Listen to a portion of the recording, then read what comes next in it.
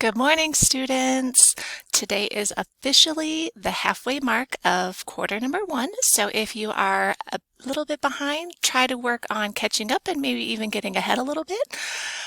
If you have any questions, please email me. I would be happy to send you out a Google Meet invite so I can help you online with any questions that you might have. We can go through your quizzes or your homeworks. And if you are a Jordan School District student, remember we have the math lab that is open on Thursdays from 4 to 6, so you can email me for some more information and I can tutor you in person as well. So work on your homework. Read your comments if you're not getting full credit. I know a lot of students have been turning in incorrect assignments, so make sure you go back and look at those comments in case something is wrong, and let me know if you need any help. All right, well, good luck, happy mid-quarter, and have a great weekend.